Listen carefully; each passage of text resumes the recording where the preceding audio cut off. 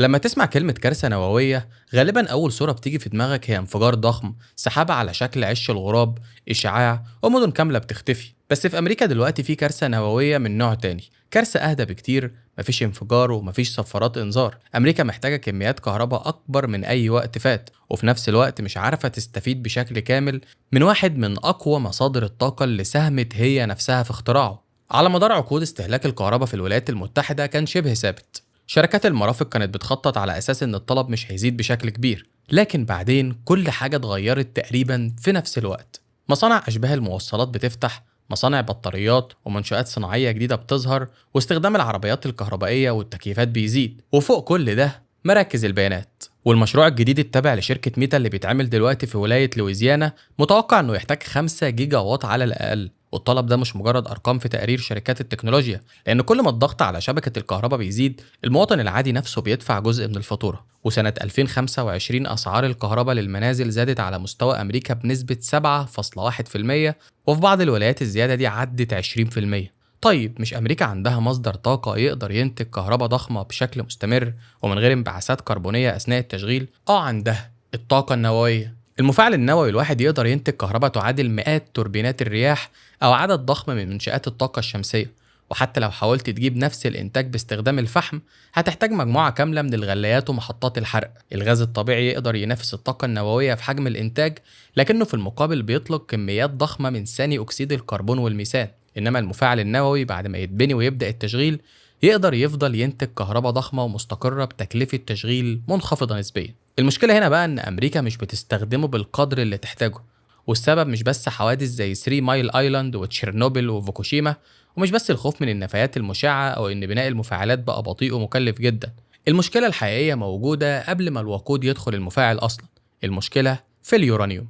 أمريكا عندها تقريبا مليار رطل من اليورانيوم موجودين تحت الأرض، كمية بحسب تقديرات كتير ممكن تشغل البلد لقرون. بس وجود اليورانيوم في الأرض حاجة، وتحويله الوقود يشتغل جوه المفاعل حاجة تانية خالص. دلوقتي جزء كبير من اليورانيوم اللي بيشغل المفاعلات الأمريكية جاي من كندا وكازاخستان وروسيا.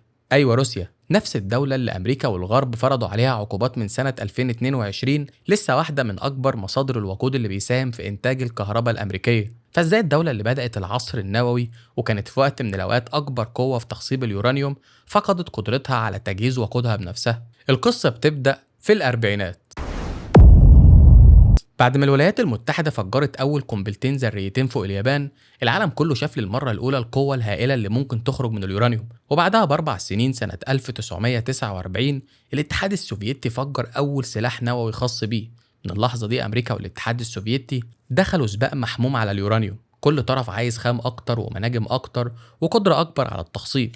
أمريكا قدرت تستخدم الفلوس. الحكومة أعلنت إنها مستعدة تشتري أي كمية يورانيوم يلاقيها أي حد في الصحراء، ووصلت المكافآت في بعض الحالات ل10,000 دولار. وفجأة بدأ ما يشبه حمى البحث عن الذهب، بس بدل ما الناس تدور على الذهب كانت بتدور على صخور مشعة. المتاجر والكتالوجات بدأت تبيع معدات للبحث عن اليورانيوم ده، حتى أجهزة عداد جايجر اللي بتصدر صوت لما تقرب من مادة مشعة دي كمان كانت بتتباع. ناس بتدخل الصحراء ومعاها المعدات، وشركات بتفتح مناجم والحكومة بتشتري. واليورانيوم اللي بيتجمع بيتنقل لمصانع تخصيب جديدة في ولاية تينيسي وكنتاكي. دي كانت خطة أمريكا في الوقت ده. الاتحاد السوفيتي بقى اختار طريق مختلف، بدل الحوافز والجوائز سيطر على مناجم موجودة في شرق أوروبا، واستخدم مساجين في العمل تحت ظروف قاسية، وبنى مدن كاملة وسرية حوالين منشآت تخصيب اليورانيوم في مناطق بعيدة ومقفولة عن العالم الخارجي. الطريقين كانوا مختلفين لكن النتيجة واحدة، قدرة نووية بتكبر بسرعة ومفاعلات بتظهر في دول مختلفة وطلب عالمي بيزيد على اليورانيوم. في الفترة دي أمريكا كانت متقدمة. مشروع مانهاتن ما كانش أنتج القنبلة بس، كان كمان ساعد في تطوير طريقة لتخصيب اليورانيوم اسمها الانتشار الغازي. الفكرة ببساطة انك بتحاول تفصل انواع او نظائر اليورانيوم عن بعض زي عملية تنقية شديدة التعقيد. الطريقة كانت بتشتغل لكنها كانت محتاجة طاقة هائلة وكمان مكلفة جدا. ومع دخول السبعينيات علماء في ألمانيا والاتحاد السوفيتي طوروا طريقة أفضل باستخدام أجهزة الطرد المركزي، أجهزة بتلف بسرعات ضخمة وتفصل نظائر اليورانيوم بكفاءة أعلى وطاقة أقل.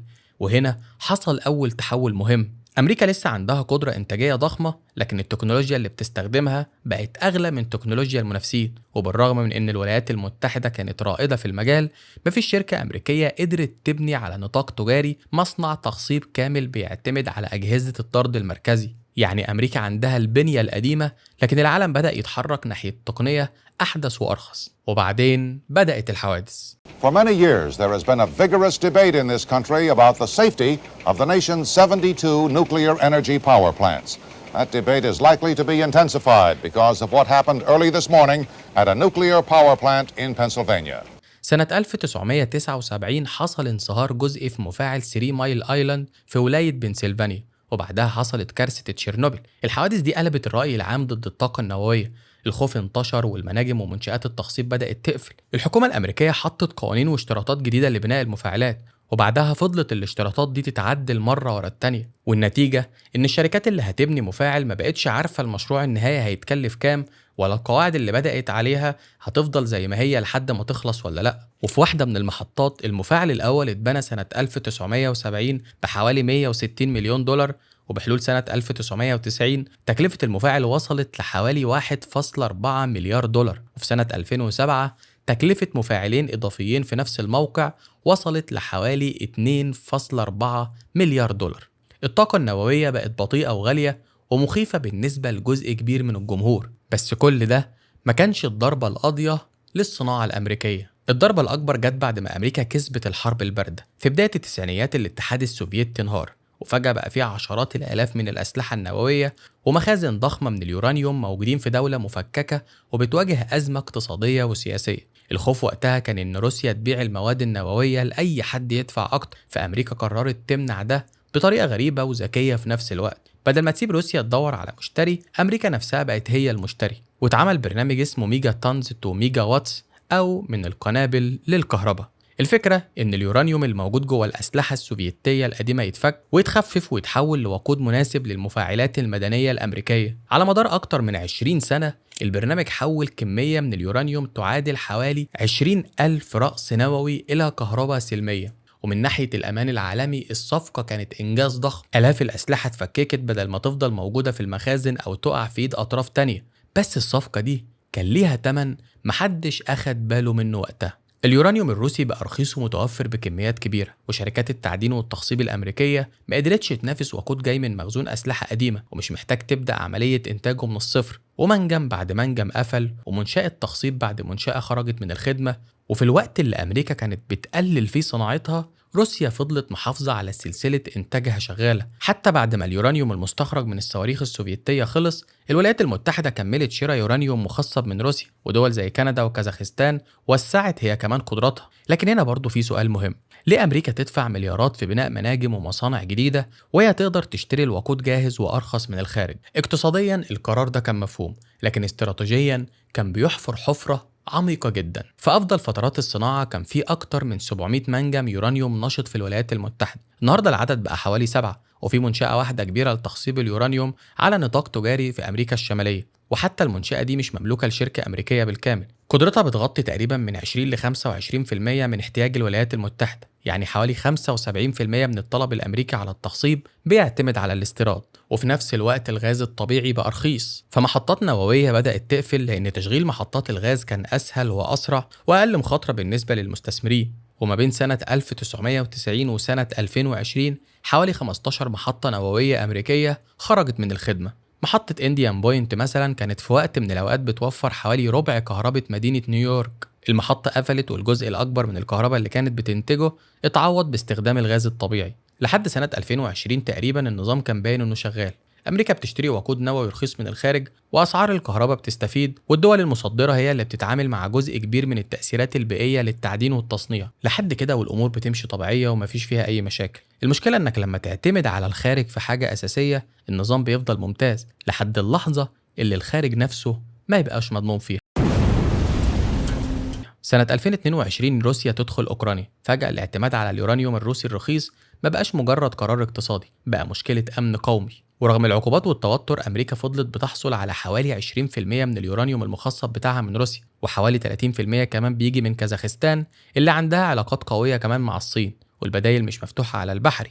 أمريكا تقدر تشتري من فرنسا وألمانيا، لكن الأسعار أعلى، وقدرة المنشآت الموجودة هناك وصلت تقريبا للحد الأقصى، لأن تخصيب اليورانيوم مش صناعة تقدر تفتح فيها مصنع جديد في كام شهر. على مستوى العالم كله في حوالي 37 منشأة تخصيب، وحوالي نص القدرة العالمية دي موجود في روسيا بس. يعني حتى لو في يورانيوم خام بكميات ضخمة تحت الأرض، عنق الزجاجة الحقيقي مش الخام، عنق الزجاجة هو تحويل الخام نفسه الوقود. وعلشان نفهم العملية دي ليه صعبة، لازم نشوف رحلة اليورانيوم من أول الصخرة لحد المفاعل. أول ما اليورانيوم بيطلع من الأرض بيكون موجود وسط كمية ضخمة من الصخور، حوالي 1% بس من الصخور اللي فيها يورانيوم ممكن يتحول لمادة يورانيوم قابلة للاستخدام. الصخور دي بتطحن وتتجهز غالبا بالقرب من المناجم الموجودة في دول زي كازاخستان وكندا واستراليا وناميبيا، لحد ما تتحول لمادة اسمها الكعكة الصفراء، ودي المادة اللي بتتباع وتتشرى في السوق العالمي. بس الكعكة الصفراء دي لسه ما تنفعش تدخل المفاعل، الأول لازم تتحول لمركب غازي، بعد كده الغاز بيدخل أجهزة الطرد المركزي. اليورانيوم الطبيعي فيه نظائر مختلفة، أهم اتنين بالنسبة لنا هما يورانيوم 238 ويورانيوم 235.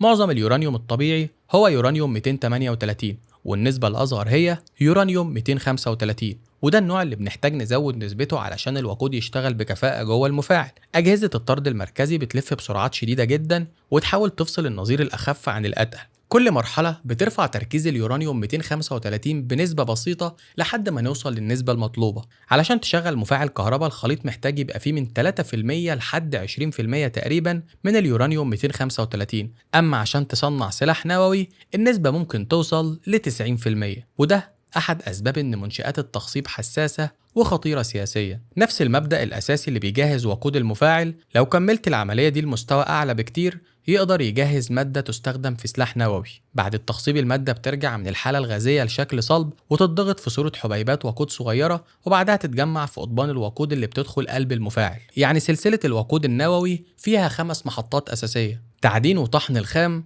تحويل الكعكة الصفراء الغاز، تخصيب اليورانيوم، إرجاعه المادة صلبة، وبعدين تصنيع حبيبات وقضبان الوقود. أمريكا عندها قدرة في أول السلسلة وآخرها، في مناجم شغالة في وايومينج ومناجم بتستعد تدخل الخدمة في تكساس، وكندا عندها احتياطيات وجيولوجيا قوية، فشمال أمريكا يقدر يوفر الخام، وعند أمريكا كمان قدرة على تصنيع الوقود في صورته النهائية.